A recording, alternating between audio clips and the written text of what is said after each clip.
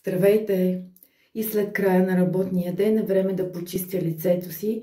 Приятели, аз преди една година тук в Германия получих алергия на лицето.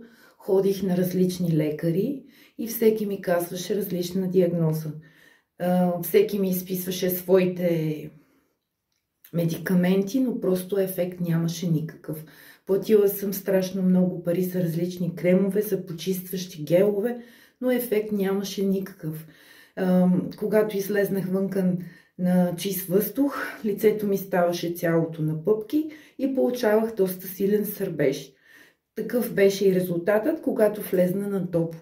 Докато не си купих уредът за почистване на лице на LR Health & Beauty и почистващият крем към самият уред. Процедурата е много лесна. Нанасяте си крем на уреда и навлажнявате лицето си. Аз вече съм го навлажнила лицето и почвам да чистя. Процедурата трябва около няколко секунди. Хубаво е поне един или два пъти на ден да го правите, но аз понякога нямам това време, защото работя по 13-14 часа на ден. Затова предпочитам да го правя вечерно време преди лягане.